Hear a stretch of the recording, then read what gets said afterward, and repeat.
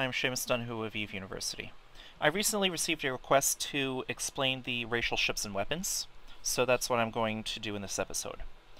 Before I begin, I should point out that in EVE Online, the race of birth of your character does not limit what ships or weapons you can use. If you're a Galente character and you want to cross-train into Minmatar, you can do that. If you're a Minmatar character and you want to cross-train into Amarian ships and weapons, you can do that. If you're a Caldari character and you want to cross-train into everything else, you can do that. Alright? Your race of birth does not constrain what ships and equipment you can use. You just need to inject the necessary skills and train them up. Additionally, many weapons can be fit to many different kinds of ships. Right? It's a wide degree of freedom. It's not complete freedom. You are constrained by the number of slots on the ship, by the kinds of hardpoints on the ship, the size of its drone bay, or even if it has a drone bay. So there are some constraints, but you do have a wide degree of freedom in how you fit your ship. But some ships have bonuses for particular kinds of weapon systems. I'm looking at the market screen. If you don't know where the market is, you can go to the Neocom on the side of your screen and click on the market button. And that will take you to the market window. And let's go to the Browse tab and make sure Show Only Available is turned off. So this checkbox down in the lower left corner should be empty. It should look like this. Now let's go to Ships, Battlecruisers, Standard Battlecruisers, and you know what, let me demonstrate expanding the list. Click on Ships, click on Battlecruisers, click on Standard Battlecruisers. Now what I'm about to tell you applies to more than just the Battlecruisers. I'm just taking Battlecruisers as an example because they are very representative of the combat ships for each race. And let me go through these one at a time. So starting with the Amar, the Amar have two Tech 1 battlecruisers, the Harbinger and the Prophecy, and both of them have bonuses for lasers. It could be called lasers, it could be called energy weapons, they both refer to the same thing. Right? So they have bonuses to laser systems. And the Harbinger has 7 turret hardpoints, the Prophecy has 6 turret hardpoints and a launcher hardpoint. Now, lasers, let's go to ship equipment, turrets and bays, laser turrets.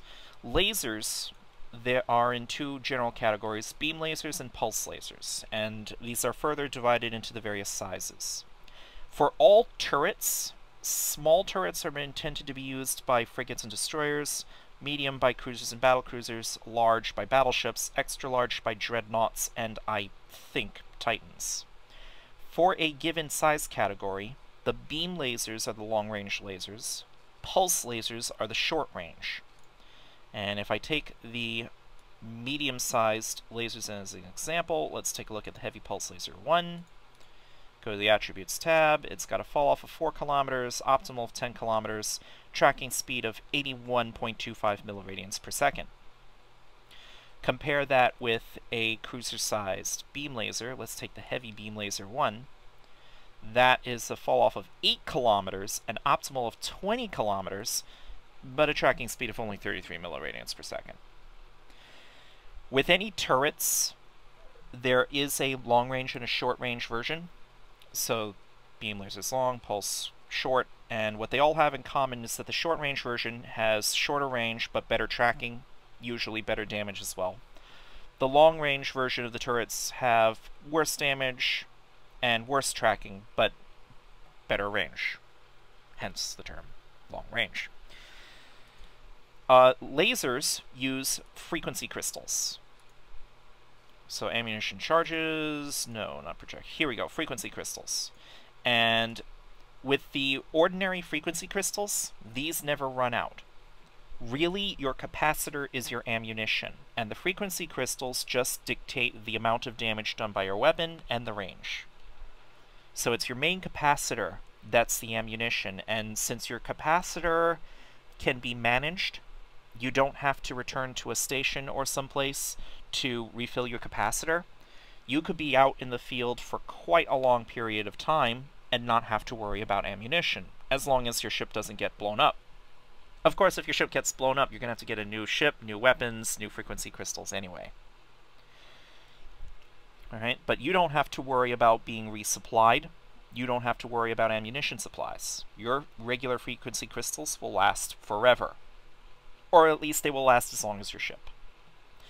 The downside, however, is all lasers do only EM and thermal damage. So if you're fighting something that's highly resistant to electromagnetic and thermal damage, you are up the creek without a paddle. Alright, so your effective damage against that target is going to be pretty bad. For example, if you are running missions against the Angel Cartel. So your agent tells you, some Angel Cartel pirates are blockading a gate. Go shoot the Angel Cartel pirates. And the Angel Cartel pirates are weak to explosive and kinetic damage, but they have very good EM and thermal resistances. As a laser user, you are in trouble. Oh, besides the fact that you don't have to worry about being resupplied, you don't have to worry about buying ammunition all the time or making ammunition all the time, laser crystals can also be switched instantly. So you tell your laser guns to stop cycling, and when they stop cycling, you can switch ammunition types. Maybe you'll go for a shorter range frequency crystal that does more damage, and that changes instant once your guns have stopped cycling. And then you can get right back into firing. Any other weapon system, that is any other kind of turret, and the missiles have a 10-second reload delay. Not for you. As a laser user, you can switch your crystals instantly. Let's move on to the Caldari. So we have the Drake and the Ferox for the Caldari battlecruisers. And the Drake is bonused for missiles, and the Ferox is bonused for medium hybrid turrets. Now, the missiles have a bewildering array of names for their launchers and their ammunition. So bewildering that I am going to refer you to one of my other videos which gives you an introduction on the different kinds of missiles. I won't go into further detail on those here, except to say that for any given size of missile, there are 4 different kinds of missiles, one for each damage type. Alright, so the rockets, for example, you've got Foxfire, which does thermal, Gremlin, which does EM, Phalanx, which does explosive, Thorn, which does kinetic.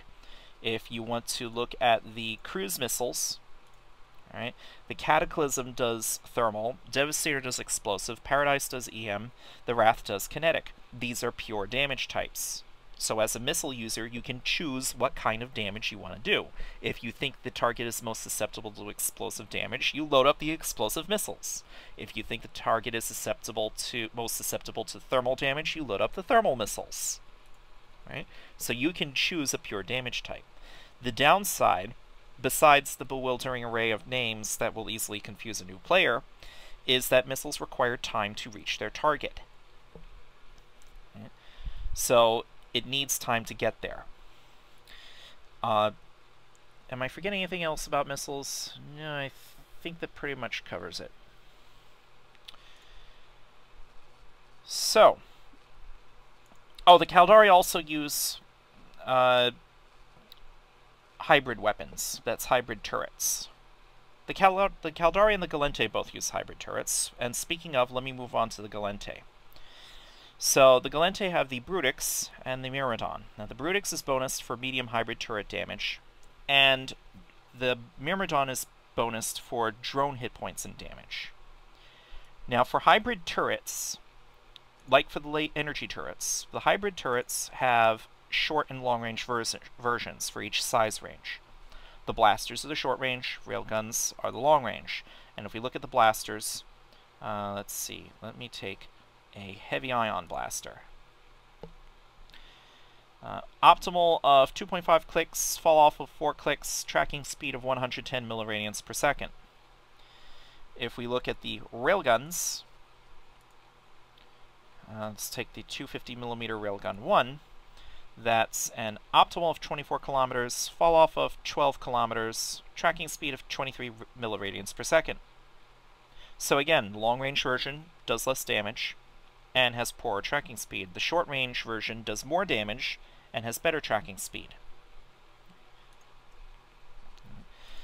And hybrid turrets are limited to kinetic thermal damage. So if you look at the hybrid charges, right, the hybrid charges all do some amount of kinetic and thermal damage. So if you're using hybrid turrets, that's all you've got available. Thankfully, many different kinds of NPCs are usually susceptible to at least kinetic or thermal. So you're not as much up the creek without a paddle when fighting NPCs. Angel Cartel are susceptible to explosive kinetic. Sancha's Nation in missions, not to be confused with Sancha's Nation in incursions. Sancha's Nation in missions, Blood Raiders are susceptible to EM thermal. Serpentis and Garista are susceptible to kinetic thermal. So against Garistas and Serpentis, hybrid weapons are a good choice. Against anything else, not as effective, but at least one of your two damage types will be partially effective. So that's hybrid weapons. Drones. There are a number of Gallente ships that are bonus for drones. In the Tech 1 ships, the ships that have bonuses for drones are the Arbitrator-class Amarian cruiser, the Vexor-class Gallente cruiser, the Mirandon-class Gallente battlecruiser, and the Dominix-class Gallente battleship. These Tech 1 ships have bonuses to drone damage. Many ships have a drone bay. So if you look at the Brutix, it's got a drone bay. 50 cubic meters, 50 megabits per second. You look at the Amarian Harbinger, 50 cubic meters, 50 megabits per second. Look at the Prophecy, 25 cubic meters, 25 megabits per second. All right. You look at the Cyclone, 40 cubic meters, 40 megabits per second. So many ships have a drone bay. Not all of them, but many of them. So many ships can use drones. But there aren't all that many ships that are specifically bonused for drone damage. So most ships, the drones are an afterthought. The drones are primarily an anti-frigate tool. Oh, I'm assuming the viewer knows what drones are. I should not make that assumption. So if we go to the drones category, combat drones, and let's go to light scout drones. Drones are basically semi-autonomous flying turrets. You load them into a drone bay while you're in station, and when you go out into space, you'll have a window called a drone control window, and you can select your drones, right-click on them, tell them to launch, and the drones will go flying in space, and you can use hotkeys to tell them to attack your current selected target. And the drones will go flying to that target and orbit it and go pew pew pew pew as they go around the target in circles. Many ships will use light drones at the very least because their onboard weapon, if they're cruisers or bigger, if whoever's using the drones are cruisers or bigger, their onboard weapons are good against other cruisers and bigger. But they have problems with small targets. Frigates are too small. They won't take full damage from cruiser-sized missiles. They're very hard to hit with cruiser-sized guns. Even more so for the battleships, they take very little damage from battleship-sized missiles, and are very hard to hit with battleship-sized turrets, so you use the drones to deal with the frigates. On most ships, the drones are something of an afterthought, or an anti-frigate measure. Or both. But with ships like the Mirandon, that are bonus for drone damage, most of the damage comes from their drones, and their onboard high-slot weapons are the afterthought. Especially true for the Dominix battleship. Right? Most of the damage on a Dominix battleship is coming from the drones, not from the hybrid guns on the Dominix. Right. So there are many different kinds of drones. I'm not going to cover them all. There are different... they are pure damage types according to race. Amarian drones do EM, Gallente thermal, Caldari kinetic, and Minmatar explosive. However, at least for the light, medium, and heavy drones, if you look at the attributes on a drone, there's a number called the damage modifier. For Gallente drones, this is 1.6. For the Amarian Acolyte, this is 1.15. For the Caldari Hornet, this is 1.45. For the Minmatar Warrior, this is 1.3. Because the Gallente drones do more raw damage than the other racial kinds of drones, you typically want to use Gallente drones most of the time. In player versus player situations where you're dealing with fast targets, you'll want to use Minmatar drones instead, because the Minmatar drones are the fastest of the drones, and they will be the most likely to catch up to the target that you want them to hit. Whereas Hobgoblins, Hornets, and Acolytes might get outrun, and they'll never catch up. Additionally, if you're running missions and you're going up against the Angel Cartel are very susceptible to explosive damage, not so susceptible to thermal damage. So despite the fact that Gallente drones do more raw damage, the Minmatar drones do explosive damage, and that's more important for hitting the Angel Cartel's explosive hole. So Gallente drones usually, Minmatar drones for PvP, or Angel Cartel. So much about drones. Let's move on to the Minmatar ships and weapons. And they have this, for the battlecruisers, they have the Cyclone and the Hurricane, and both of them are bonused for projectile turrets. And the projectile turrets, like any other turrets, they have a long and a short range version. The autocannons are the short range, and the artillery are the long range. If we take a look at the 425mm autocannon 1, that's an optimal of 2 kilometers, fall off of 9.6 kilometers, tracking speed of about 106 milliradians per second. The optimal range is so short on autocannons, generally speaking, that you're typically fighting within fall-off distance. Right? You don't want to try to get within optimal range to use your autocannons. It's very unlikely to happen. You usually settle for fighting within the optimal plus fall-off. So with this thing, 11.6 kilometers before your skills and ship bonuses come into play. Artillery. Let's take the 720mm howitzers as an example. It's got an optimal of 20 kilometers, fall-off of 17.5 kilometers, tracking speed only 22 milliradians per second. Now, where the lasers only do EM thermal, and the hybrids only do kinetic thermal, projectile is all over the place, and depends heavily upon the projectile ammunition that you load. And you could go looking at the information on the different kinds of projectile ammunition. Carbonized lead is kinetic explosive, depleted uranium is explosive kinetic thermal, EMP is EM with a tiny bit of explosive and kinetic, fusion is explosive kinetic, phase plasma is thermal kinetic. It's confusing enough that I made my own chart. Right? Oh, by the way, you might want to copy this chart for yourself. Hybrid weapons, the ammunition in terms of damage and range, laser weapons in terms of the damage and range, projectile weapons in terms of their various properties. So these are the damage types of the different projectile ammunitions, as well as the bonuses they apply. EMP, phase plasma, and fusion cut the optimal range in half, but they are the most damaging. Titanium, sabo, and depleted uranium are the mid-range. They don't change the optimal, but they give you a 20% tracking bonus. So they increase your tracking speed by 20%, or at least 20% higher than if you were using EMP, phase plasma, or fusion. Proton, nuclear, and carbonized lead are the least damaging, but they have the best range. They will give you another 60% on your optimal range, and another 5% on your tracking speed. Feel free to copy this chart and put it into your notepad on your Neocom. So that covers the projectile weapons. And that should basically cover the different racial kinds, the different racial ships and weapons. Again, these are just what these vessels are bonused for. You can fit drones to many kinds of ships. You can fit missiles to anything that'll have a missile launcher hardpoint.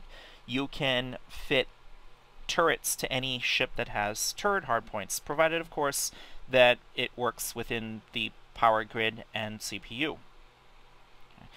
sometimes people come up with rather odd fits, and it makes sense. Notice that the Myrmidon only has bonuses for drone damage and armor repair amount. It doesn't have bonuses for any kinds of guns, but it does have 6 turret hardpoints, so a lot of people will fit projectile weapons to a Myrmidon. Oh, I forgot one last thing. Capacitor. Lasers use a lot of capacitor energy. Hybrids require some capacitor energy. Not as much as the lasers do, but they need some capacitor energy. Projectiles and missiles do not need capacitor energy. So you can save that capacitor energy for something else, like armor repair, shield boosters, different other kinds of modules, maybe to run your resistance modules. But yeah, projectiles, missiles, they do not need your main capacitor. So you could be energy neutralized to 0, and your projectiles and missiles will continue firing until your ship explodes. Alright, and with... oh, what was my previous point? Right. So these are what the ships are bonused for. You don't necessarily have to follow those bonuses. I have heard of rather unusual fits. It's common to fit projectiles to a Myrmidon. I have heard of some people who will fit artillery to an Abaddon-class Amarian battleship. The Abaddon is not bonused for artillery, but some people like fitting artillery to an Abaddon.